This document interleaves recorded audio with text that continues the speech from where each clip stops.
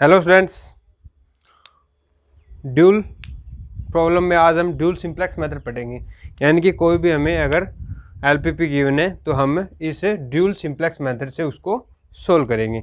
Actually ये simplex method ही होता है, बस इसमें कुछ कंडीशन होती है। अगर उस ड्यूल सिंप्लेक्स में आ जाए तो हम उसको इस मेथड से सोल्व करते हैं।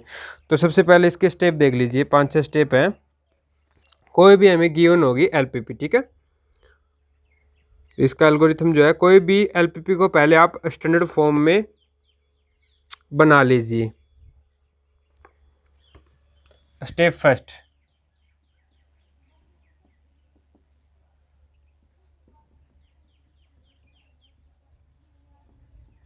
Standard form. पहले सबसे पहले आपका काम क्या हो, कोई भी एलपीपी गिवन होगी उसको आप स्टैंडर्ड फॉर्म में कन्वर्ट कर लीजिए। फिर आपके पास आता है स्टेप 2। आप चेक करेंगे कि जो हमारे बेसिस के जो सॉल्यूशन आया है, check the nature of x B I, यानी कि हमारी बेसिस में जो वेरिएबल है उनके जो सॉल्यूशन है वो नॉन जीरो होना चाहिए। Check the nature of x B I.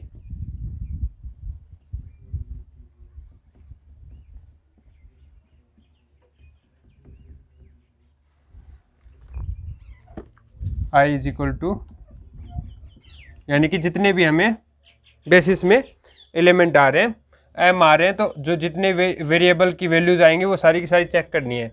तो इसमें दो कंडीशन होंगी, आइदर तो ये पॉजिटिव होंगी, आइदर ये नेगेटिव होंगी। तो अगर ये सारी ग्रेटर देन इक्वल टू 0 है, इफ़, पहली कंडीशन क्या है, if x B i is greater than equal to 0, तब तो हमारा केस क्या बन जाएगा, सिंप्लेक्स मेथड एल्गोरिथम हम यूज करेंगे जो हम पीछे पढ़ के आए हैं। ड्यूल वाले का कोई रोल नहीं रहेगा, फिर सिंपल जो हमारे पास सिंप्लेक्स मेथड तो जहाँ वो यूज करेंगे। Then apply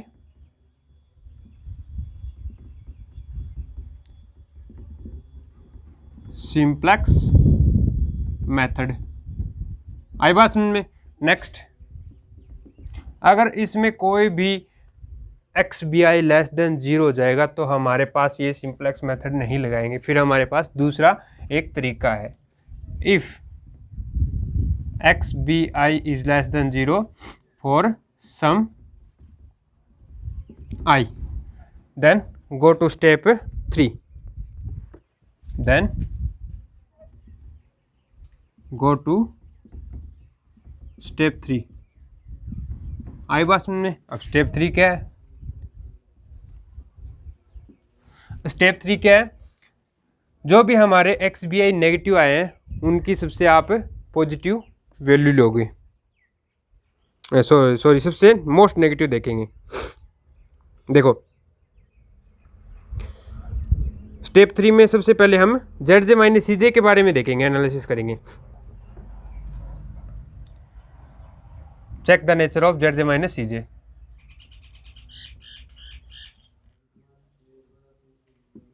Z j minus c j, अब इसमें पहली बात, अगर सारे z j minus c j positive हो, क्या, अगर z j minus c j all positive, then go to step 4।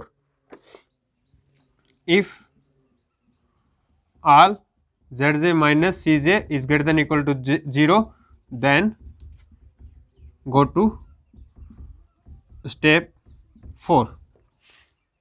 Second, if at least one z j minus c J negative आ गया तो ये टेस्ट ही फेल हो जाएगा, ये ड्यूल सिंप्लेक्स मेथड हम लगा ही नहीं पाएंगे।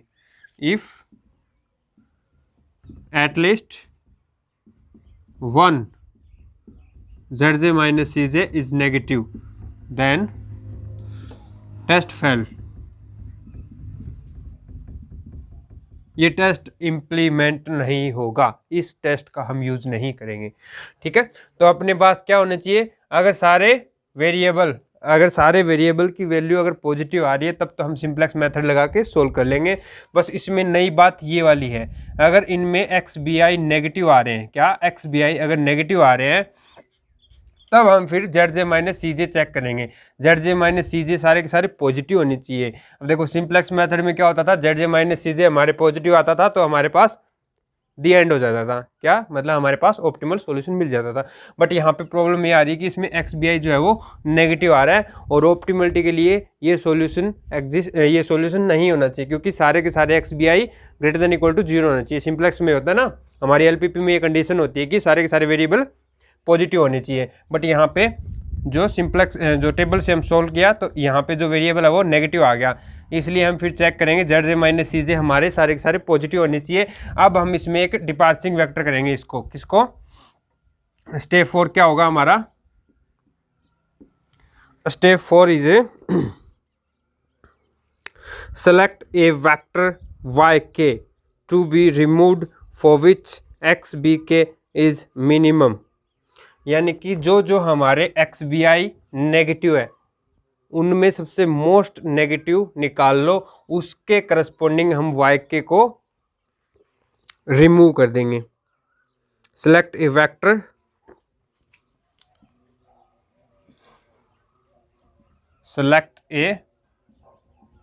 Vector y k for which to be removed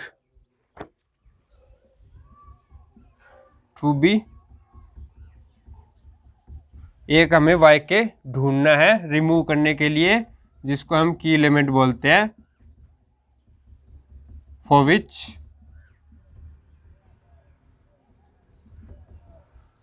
ये कहाँ से आएगा, एक्स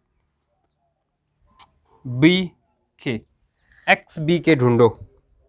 कहाँ से ढूंढोगे, minimum of x B i for x B i negative.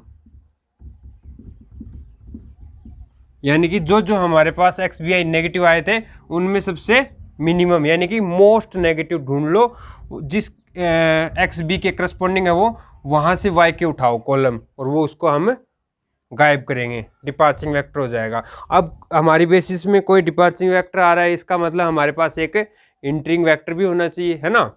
तो अब वो इंटरिंग वेक्टर ढूंढो कौन सा होगा। तो इसमें दूसरी, ये पहला स्टेप लिख लो, और इसमें दूसरी बात क्या है, बी, जो क्या है, select a vector y r to enter basis, जिसको की कॉलम बोलते हैं, for which select a vector y r जिसको की कॉलम टू बी इंटरबेसिस,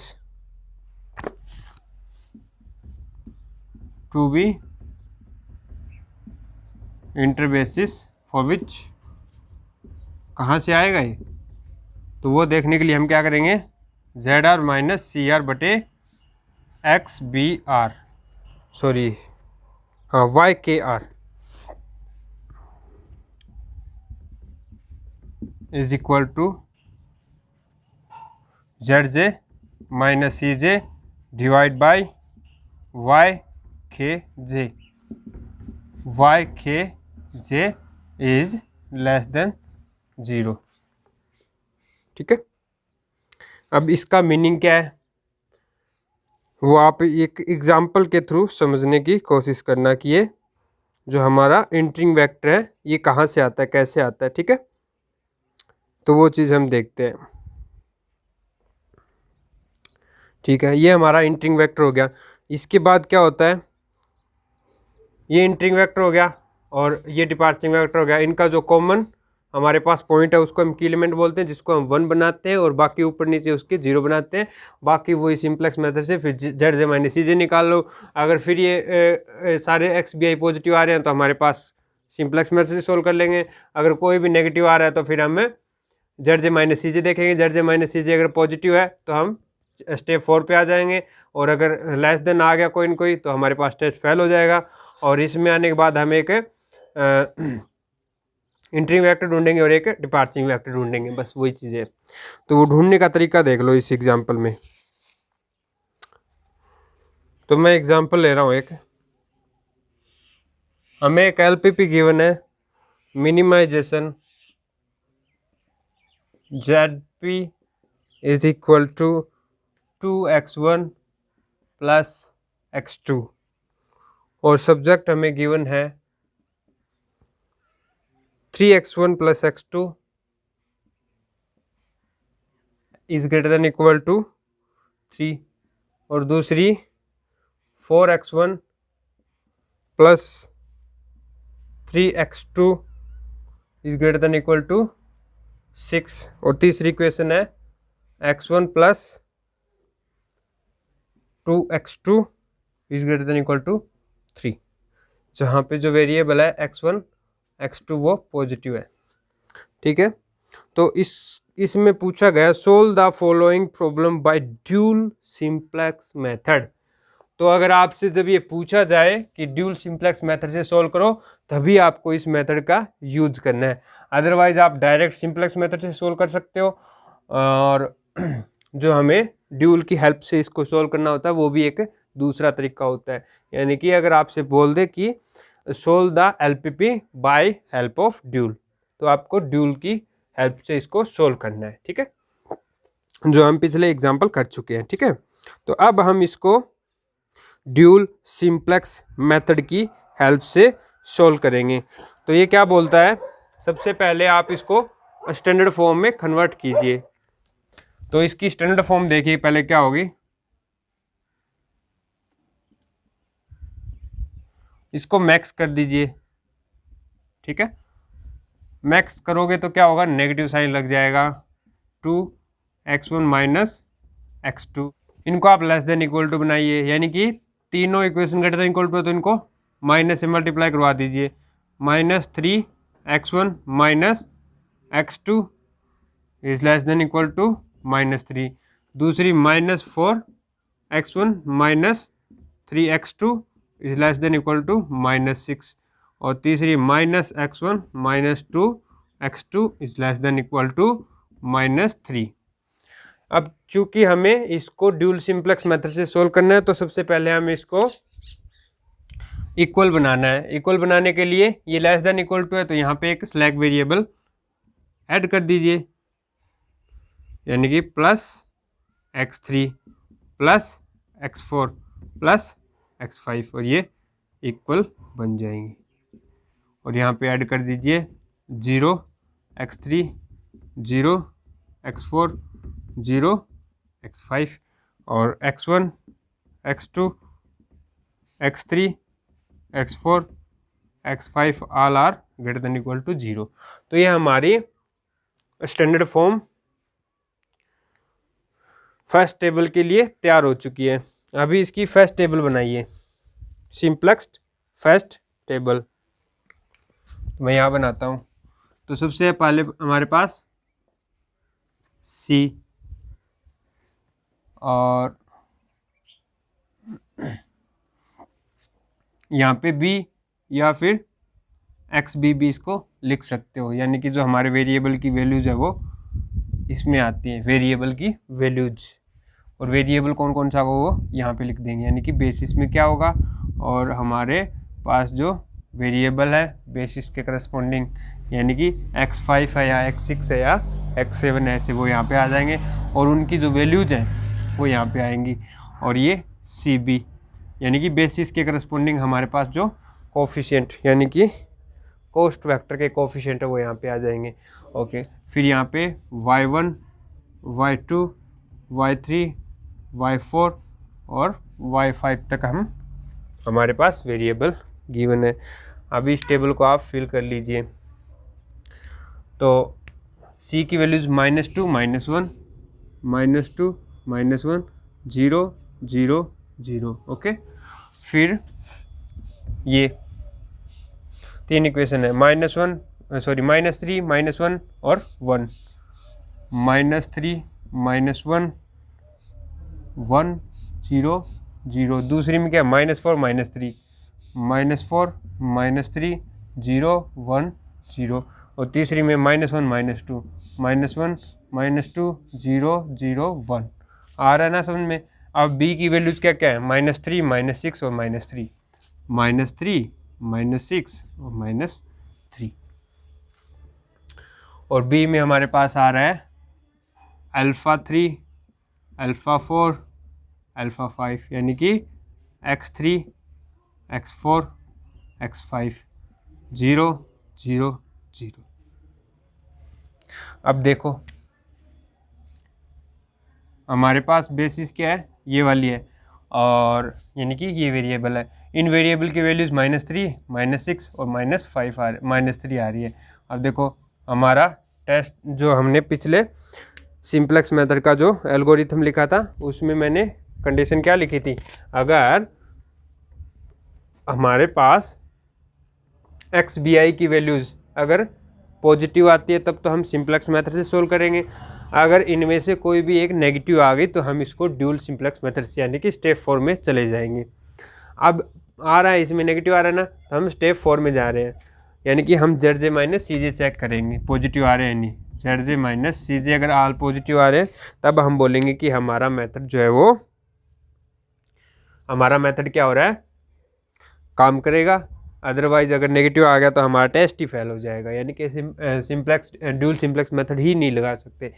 तो अभी देखो क्या करेंगे हम, इसको इससे मल्टीप्लाई करो, इसको इससे करो और इसको इससे करो और इसमें से -2 घटा दो, यानी कि 2 आ गया। और ऐसे यहाँ 0 -1 करेंगे तो 1 आ गया, ये 0 आएगा, ये 0 आएगा और ये 0 आएगा। अब देखो ZJ minus CJ is greater than equal to for all J, है ना। फॉर ऑल J के लिए ग्रेटर देन इक्वल टू 0 आ रहा है, तो हमारे पास ड्यूल सिंप्लेक्स मेथड लग जाएगा और हम नेक्स्ट स्टेप में चले जाएंगे जहाँ पे हम फाइंड आउट करते हैं कि हमारे पास इंटरिंग वेक्टर क्या होगा और डिपार्चरिंग वेक्टर क्या होगा।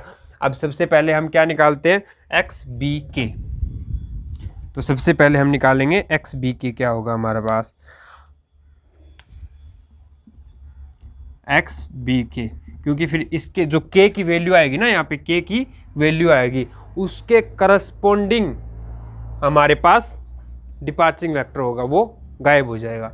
अब देखो XB की वैल्यू क्या है, देखो वो क्या दिया था हमें, मिनिमम ऑफ XBI, जहाँ पे XBI लेस देन 0। जो हमारे पास XBI की वैल्यूज नेगेटिव आ रही है उनकी सबसे मिनिमम वैल्यू ले लो। तो यहाँ पे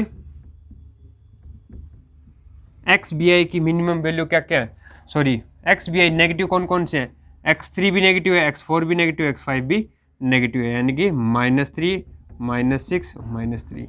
इनमें सबसे मिनिमम है -6, जो किसके करस्पॉन्डिंग है, ये वाला, यानी कि XB, ये तो XB1 और ये XB2, ये XB3, जो किसके करस्पॉन्डिंग है, XB2 के करस्पॉन्डिंग है। क्या है, XB2 के करस्पॉन्डिंग हमारे पास वैल्यू आ गई। तो इसका मतलब हमारे पास जो डिपार्चरिंग वेक्टर है,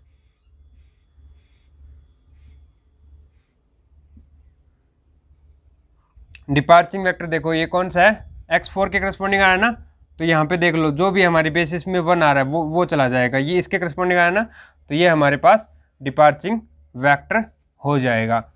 अब बात करते हैं इंटरिंग वेक्टर की, कौन सा होगा, इंटरिंग वेक्टर होगा हमारे पास, ये इंटरिंग वेक्टर आता है ये, ठीक है, क्या होता है ये, इंटरिंग वेक्टर, जो क्या है YK हमारे पास क्या होता है, इंटरिंग वेक्टर होता है। अब हमें क्या बनाना है, इसमें से एक की एलिमेंट को ढूंढना है। की एलिमेंट को कैसे ढूंढेंगे, ZJ minus CJ divide by Y2J और ZJ minus CJ divide by Y2J, या फिर R ले लो, ये R जो है वो हमारे पास Y2R ये हमारा की एलिमेंट आने वाला है, जहाँ पे Y2J हमारे पास नेगेटिव होनी चाहिए, ठीक है। अब देखो, और इसका मैक्स लेना होता है, क्या लेना होता है, यहाँ पे काफ़ी सारी वैल्यूज आएंगी, उनका मैक्सिमम लेना आपको, ये ध्यान रखना, मैक्सिमम, ठीक है, मैक्सिमम J। अब देखो मैक्स, अब देखो यहाँ पे Z1 माइनस C1 की वैल्यू 2 और डिवाइड बाय Y2, y2 का मतलब ये पूरी रो होगी, y21, y22, y23, y24 ऐसे चलता है, ठीक है। तो यहाँ पे 4/-4 2 माइनस y4 सॉरी 2/-4, फिर है 1/-3 1/-3 0/0 0/1। तो इन जीरो को हम नहीं लेते हैं मोस्टली, ठीक है, इन जीरो को हम नहीं लेते हैं। जो नॉन जीरो होते हैं यानी कि जो हमारे पास y2j स्ट्रिक्टली लेस देन 0, यहाँ पे 0 1 0, तो स्ट्रिक्टली लेस देन 0 कौन से है, ये वाला और ये वाला, सिर्फ इन दोनों के करस्पॉन्डिंग हमें इनकी मैक्सिमम वैल्यू निकालनी है। यानी कि जो भी बेसिस में से जा रहा है ये 1 के करस्पॉन्डिंग जा रहा है ना, तो इस वेक्टर को हम इसमें से डिवाइड करते हैं, ZJ माइनस CJ इसमें ये डिवाइड करेंगे, ये डिवाइड करेंगे, इनमें से मैक्सिमम ले लेंगे। तो मैक्स ऑफ एक तो हो गया -1/2 और ये हो गया -1/3। अब इनमें से बड़ा कौन सा है, तो देखो ये 0 है, ठीक है, और यहाँ पे -½ है और यहाँ पे -1 है, तो अब -3/2 है, तो ये वैल्यू तो यहाँ पे कहीं आएगी, ये जगह -1/3, ठीक है। एक बार देख लेना अपने आप, जस्ट वो है बेसिक नॉलेज है। तो अब देखो बड़ा किस साइड होता है, इस साइड जाता है वो बड़ा होता है, जैसे यहाँ पे 1 आएगा फिर यहाँ पे 2 आएगा, 2 बड़ा होता है। तो सिमिलरली 1 से बड़ा -½ होता है, -½ से बड़ा -1/3 होता है, तो ये वाला -1/3 क्या है, बड़ा है। तो ये क्या आ गया हमारे पास, -1/3 बड़ा आ गया, जो किसके करस्पॉन्डिंग आया है, y22 के करस्पॉन्डिंग, y22 के करस्पॉन्डिंग। तो हमारे पास y22 की एलिमेंट हो गया, की एलिमेंट हो गया, जिसको हमें 1 बनाना है, ठीक है। तो ये चीज़ें समझ में आई क्या। देखो मैं आपको प्रैक्टिकली बता रहा हूँ, इनको छोड़ो एक बार, ठीक है, इतना ध्यान मत दो। अभी देखो हमें क्या करना होता है, सबसे पहले आप XBI में देखो, यहाँ पे अगर कोई ये पॉजिटिव हो जाता तो हमें सिर्फ नेगेटिव वाले में मोस्ट नेगेटिव देखना था, मोस्ट नेगेटिव फिर भी -6 रहता, तो यहाँ पे ये वाला रो में जो भी 1 आ रहा है वो हमारे पास डिपार्चिंग हो जाएगा, यानी कि बेसिस ये है ना, बेसिस 3, तो इसमें जो 1 आ रहा है वो गायब हो जाएगा, ये हमारे पास अब हटने वाला बेसिस में से। अब बेसिस में से कोई ना कोई, इनमें से कोई ना कोई आएगा, अब या तो ये आएगा या ये आएगा। अब आप देखो इस रो में नेगेटिव कौन कौन से y है, ठीक है, ये वाला नेगेटिव है, ये वाला नेगेटिव है, और इसमें से इसका डिवाइड करना है, इसमें से ये वाला डिवाइड करना है, और इसमें आप पॉजिटिव सॉरी बड़ा नंबर लोगे, और बड़ा नंबर हमारे पास ये आ गया, तो इसको आप की एलिमेंट बना दो, और की एलिमेंट बनाने के बाद अपना क्या करना है, जो बेसिक तरीका है, इसको 1 बनाओ, ऊपर नीचे 0 बना दो, तो वो काम करना है। तो वो टेबल मैं डायरेक्ट लिख रहा हूँ, क्या करना है, इसको 1 बनाना है, यानी कि -3 से इसको डिवाइड कर दो और फिर ऊपर वालों को 0 बनाओ। अब हमारे पास टेबल आ गई, ये इसको 1 बनाया, ऊपर वाले को 0 0 बनाया, तो ये टेबल बन गई अपने पास। अभी देखो हम XB की वैल्यू चेक करेंगे, XBI की वैल्यू नेगेटिव आ रही है, तो प्रॉब्लम कर रहा है, यानी कि पिछले वाला प्रोसेस करना पड़ेगा। तो अब क्या करते हैं, हम ZJ माइनस CJ की वैल्यू देखेंगे, ZJ माइनस CJ। अब देखो ये 0 और सॉरी यहाँ पे -2 था, यहाँ पे -1 0 0 0। अब देखो ये 0, ये -4/3 और ये 0, तो ये क्या आ रहा है, -4/3 में से 2 को घटाना है, -2 घटाना है, तो माइनस माइनस प्लस हो जाएगा, तो 3 दूनी 6, ये 2/3 आ गया, क्या आ गया, ये 2/3। अब ये -1 और -1 गया 0, ये 0, और यहाँ पे देखो ये 1/3 आ गया, +1/3 और ये भी 0। अब देखो ZJ माइनस CJ तो ऑल पॉजिटिव है, तो हमारे पास फोर्थ यानी कि जो भी फोर्थ या फिफ्थ स्टेप है, नेक्स्ट स्टेप आएगा। अब सबसे पहले तो ये बात होगी कि यहाँ पे नेगेटिव ओनली, तो मिनिमम लेने का कोई चक्कर ही नहीं है। तो ये वाले इस वाले रो में 1 कहाँ आ रहा है, बेसिस में ये वाला आ रहा है, तो ये डिपार्चिंग हो गया, ये जाएगा। अभी क्या करना है, इसमें इसका भाग दो, इसमें इसका भाग दो, यानी कि मैक्सिमम लेना है, किसमें से, इसमें से ये भाग दे दो, 2/3 में क्या भाग देंगे, -5/3 का, और दूसरी क्या है 1/3 में भाग दो -1/3 का, ठीक है। तो मैक्स ये तो कितना आ गया, 3 में से 3 कट गया, -2/5 आ गया, और ये कितना आ गया, -1 आ गया। अब वही बात है, ये 0 और यहाँ पे -1, और 2/5, 2/5 एक्चुअली 1 से कम होता है, तो इसलिए यहाँ पे कहीं आएगा -2/5, सॉरी 2/5 बिल्कुल पास आएगा इसके, यहाँ पे -2/5 आ गया। तो यानी कि -1 से ये बड़ा है, तो 2/5 क्या है, -1 से बड़ा है, -2/5 बड़ा आ रहा है। तो ये किसके करस्पॉन्डिंग आया, ये इस नंबर के करस्पॉन्डिंग आया। तो ये हमारे पास क्या बन गया, की एलिमेंट बन गया। तो की एलिमेंट बनाना आ रहा है ना। सबसे पहले तो आप इसमें नेगेटिव देखो, नेगेटिव वैल्यू हमारे पास ये वाली आ रही थी ना, इस रो में घुस जाओ और इस रो में जो भी 1 आएगा बेसिस में से जो 1 आएगा वो ध्यान रखना। बेसिस में कौन सा है, ये वाला है, ये वाला है और ये वाला, 3 एलिमेंट है बेसिस में। तो बेसिस में से जो भी 1 आ रहा है उसमें से वो डिपार्चिंग हो गया। अब हमें चाहिए इंटरिंग वेक्टर, यानी कि ये वाला इंटर करेगा या ये वाला इंटर करेगा, इनमें से एक पॉसिबिलिटी है। तो आप क्या करोगे, नेगेटिव आ रहे हैं ये वाले, तो आप क्या करोगे, इसमें इसका भाग दे दो, इसमें इसका भाग दे दो, उसका ले लो आप मैक्सिमम, और जो भी जिसके करस्पॉन्डिंग मैक्सिमम आएगा वो हमारे पास की एलिमेंट बन जाएगा। और ये की एलिमेंट बन गया, इसको 1 बनाओ, ये 0 बनाओ, ये 0 बनाओ, और जो भी हमारे पास रो ऑपरेशन करने के बाद जो आएगी सारणी वो लिख लो। ये हमारे पास टेबल बन गई, ठीक है। इस कॉलम को हमने 1 0 0 बना लिया, ये वाला एज इट इज रखा, ये वाला एज इट इज रखा, और इसमें चेंजिंग आएगा वैसा हो गया, ठीक है। अब हम चेक करेंगे हमारी ZJ माइनस CJ पॉजिटिव। अब देखो XBI सारे के सारे क्या है हमारे पास, पॉजिटिव है। XB1 भी पॉजिटिव, XB2 भी पॉजिटिव, XB3 भी पॉजिटिव है। और तो अब सिंप्लेक्स नॉर्मली जो सिंप्लेक्स मेथड यूज़ करते हैं वो यूज़ करेंगे। हम चेक करेंगे हम ZJ माइनस CJ पॉजिटिव है तो हमारे पास ये ऑप्टिमल सॉल्यूशन आ जाएगा, क्योंकि हाल सारे के सारे पॉजिटिव है। अगर इनमें से नेगेटिव होता ना, ऑप्टिमल सॉल्यूशन नहीं हो पाता, क्योंकि वो बेसिक सॉल्यूशन ही नहीं है, basic feasible solution. Basic feasible solution के लिए सारे के सारे नॉन नेगेटिव होने चाहिए था ना, इसलिए वो प्रॉब्लम आती है। तो ड्यूल सिंप्लेक्स मेथड हम यूज़ करते हैं। तो आप जब भी कभी इस मेथड को यूज़ करो तो यहाँ पर अगर नेगेटिव आ रहा हो ना XBI में, तो आप ये वाला मेथड ही यूज़ करना, सिंप्लेक्स मेथड यूज़ नहीं कर पाओगे। ओके, तो ZJ माइनस CJ निकालो, तो वो निकालोगे तो ये 0 -2, और -2 में से -2 गया 0 0, ये -1 में से -1 गया 0। अब ये 1 0 हो गया, ये 4/3 -4/5 सॉरी -4/5, और ये प्लस हो गया 6/5, और घटाना क्या है 0।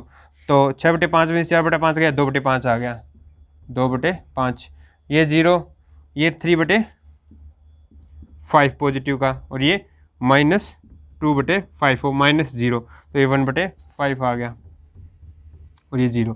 तो देखो यही पॉजिटिव, यानी कि all ZJ minus CJ all positive, then by simplex method this solution is a optimal solution. यानी कि हमारे पास सॉल्यूशन क्या आ गया, x1 = 3/5, x2 = 6/5 और x3 = 0। हमें सिर्फ x1 x2 चाहिए, तो x1 = 3/5, x2 = 6/5 r is optimal solution. And optimal value क्या आ जाएगी, then optimal value z = z max लिख लो, ठीक है। सॉरी z मिनिमम क्या आ जाएगा,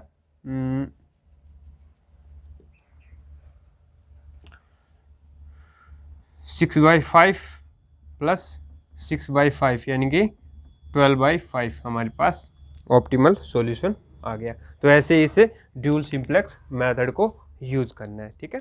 आज के लिए इतना ही।